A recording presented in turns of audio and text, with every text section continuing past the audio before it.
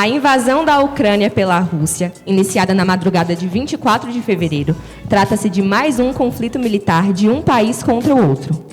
E a Cooperil, por entender que esse tema está sendo discutido intensamente pela comunidade, reuniu seus alunos de ensino fundamental e médio para a realização de uma roda viva, com o tema As Origens da Tensão, Rússia contra Ucrânia. Fica com a gente porque nós acompanhamos esse momento na escola e no programa de hoje você vai entender tudo sobre a guerra Rússia versus Ucrânia. É possível uma terceira guerra mundial? Eu sou Ana Carla. Eu sou Pablo Messias e este é o Cooperil On. Pessoal, é fato que a Rússia e a Ucrânia vivem uma antiga história de conflitos. Mas por que justamente agora chegou o ápice dessas divergências? E para falar sobre esse tema que já causou muitas mortes e destruição num cenário tenebroso de guerra, vamos conversar agora com os professores de História, Atílio Dourado e Erla Figueiredo, e com o professor de Geografia, Wesley Cavalcante.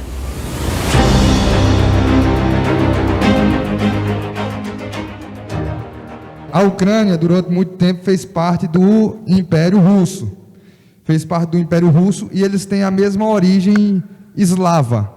Então, eles compartilham muitas coisas em comum, desde elementos culturais, identitários, né, de muitas coisas relacionadas também ao idioma. E eles são um povo que tem uma cultura militar muito grande, de muita luta, de muita guerra, e isso vem de séculos e séculos, certo?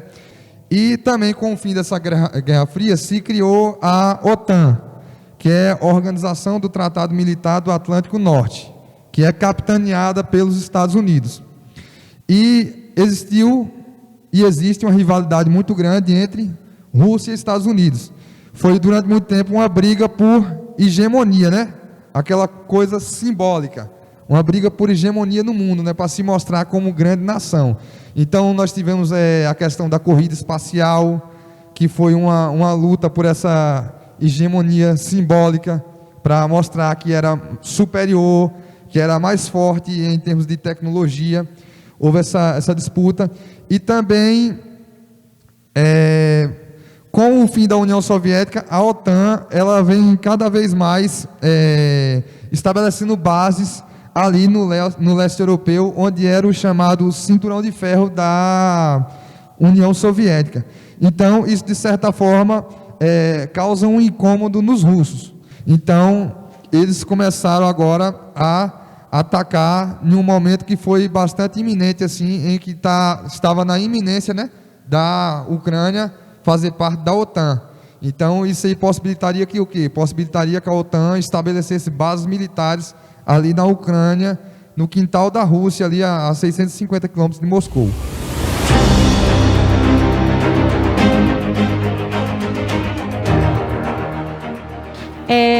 Um pacto militar que diz o seguinte: o nosso grupo aqui está fechado, aqui nenhuma interferência socialista pode chegar.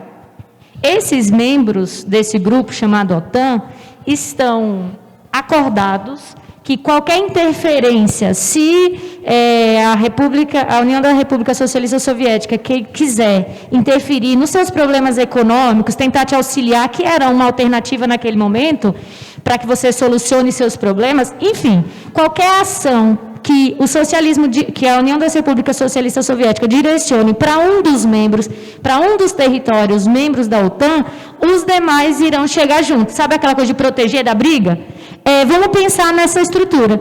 Então, do lado capitalista da coisa, a OTAN, liderada pelos Estados Unidos, do lado socialista, o Pacto de Varsóvia. Lá também, aqui, nós, socialistas, a gente não vai permitir qualquer interferência capitalista dentro desse território.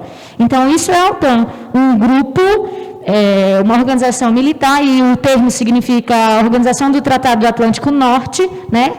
Hoje, conta com um número, eu diria que 3 vezes mais do que inicialmente foi posto. Isso é bastante assustador, entre aspas, para a Rússia, né? Que está visualizando aquele grupo que não permite que nenhuma interferência socialista se aproxime, tem crescido, tem tido adesão significativa. E agora o risco, entre aspas, na justificativa, o risco da adesão de mais um, que seria a Ucrânia.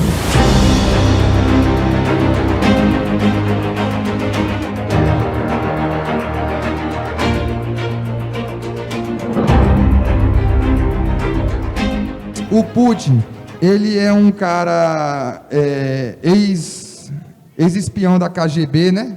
E ele é um cara que foi criado naquele cenário de União Soviética, de uma nação extremamente militarizada, e ele emergiu ao poder ali em 1999, sucedendo o Boris Yeltsin.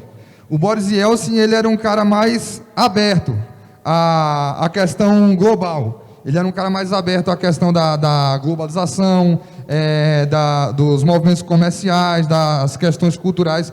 E o Putin sempre se mostrou um cara ligado mais a um movimento mais militar, uma questão mais militarista da manutenção da força, da manutenção da hegemonia militar, né? E do protagonismo político e militar naquela região. Do outro lado, a gente também tem o presidente ucraniano, né, que é o Zelensky, que ele, na verdade, ele era uma pessoa, uma celebridade televisiva, um humorista, e que concorreu a presidente e ganhou. E existem fortes suspeitas, né, que houve algum tipo de manipulação na eleição, não de manipulação relacionada aos votos, mas relacionada à manipulação das redes, né?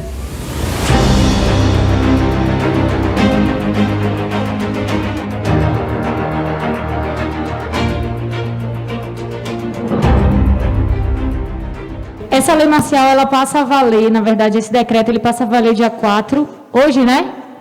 Dia 4. Passa a valer hoje e é a mudança das leis civis para as leis militares, né? Visto o processo militar inserido pela Rússia desde do dia 23, então, a partir do dia 4, o conjunto de leis civis que funcionava, né, que estava valendo na Rússia, deixa de valer e passa a valer leis militares.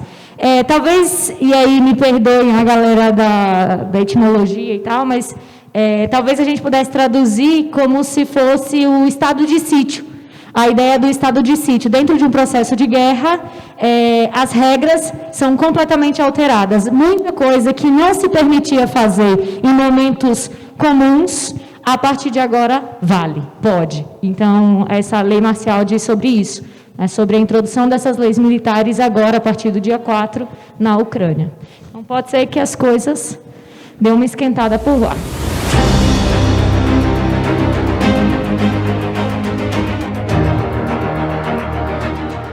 Como o mundo, eu não vou falar só da China e só dos Estados Unidos. Então, a China historicamente representa o quê? Os Estados Unidos historicamente representam o quê? O quê? Então, são pontos de vistas opostos. Historicamente, os Estados Unidos criou essa ideia chamada OTAN, que gerou o tal confronto entre Rússia e Ucrânia, entre aspas, não é só isso, ok? E, historicamente, a Rússia e a China estiveram, entre aspas, alinhados em um capitalismo de Estado, um modelo econômico semelhante. Apesar de ter se mantido neutra, a China, na votação, né, da ONU, ela não disse nem vá, nem fico.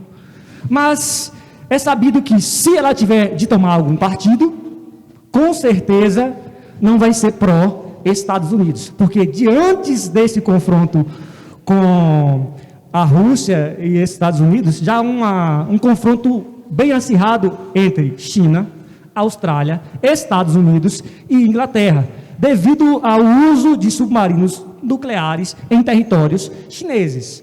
E isso, mais uma vez, expansão estadunidense e capitalistas sobre terras de domínio de capitalismo de Estado. Eu chamo isso.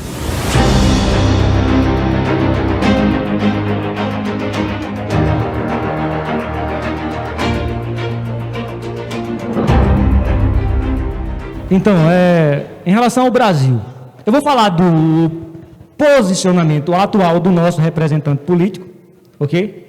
Até então ele está, segundo ele, neutro. Historicamente, o Brasil tem apoiado qualquer causa defendida pelos Estados Unidos, sem muito questionamento, ok? Essa é a postura. Então, se o Brasil tiver de tomar algum partido diante do que possa vir a acontecer, com certeza não vai estar do lado da Rússia. A gente já vive um processo de crise, inflação, custo de vida muito elevado. O nosso sistema econômico depende de commodities. O que são commodities? Tudo que é exportado in natura, ok? Uma base desse commodity está ligado a grãos. A produção de grãos depende de fertilizantes. De onde vêm os fertilizantes? Importado, uma grande parte desse material sai do território da região do conflito. Então, o que já está caro hoje, vai ficar mais caro ainda. Porque não é só um reflexo direto sobre o preço do commodity em relação ao agronegócio brasileiro.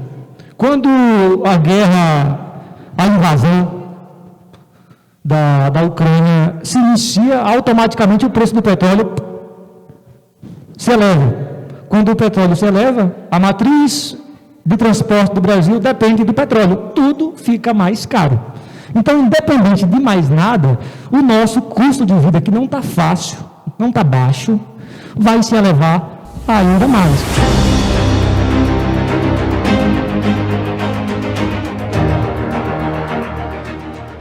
A gente nunca pode duvidar, certo? Do ser humano a gente pode esperar tudo. Mas o que é que acontece? Até hoje, na história da humanidade,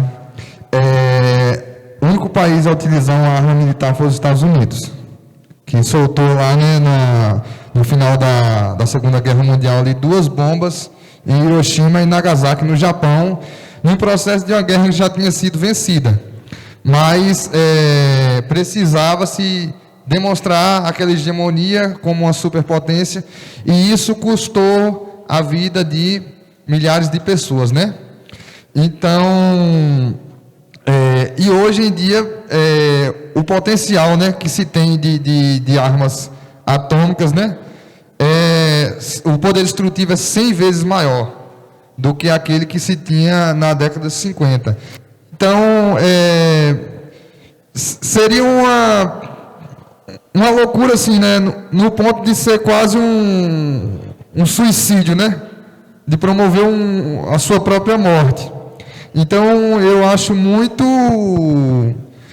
difícil, né, de se ter a insanidade de alcançar esse ponto de se utilizar esse tipo de armas. Mas, como eu falei no começo, se tratando de ser humano, a gente pode esperar qualquer coisa.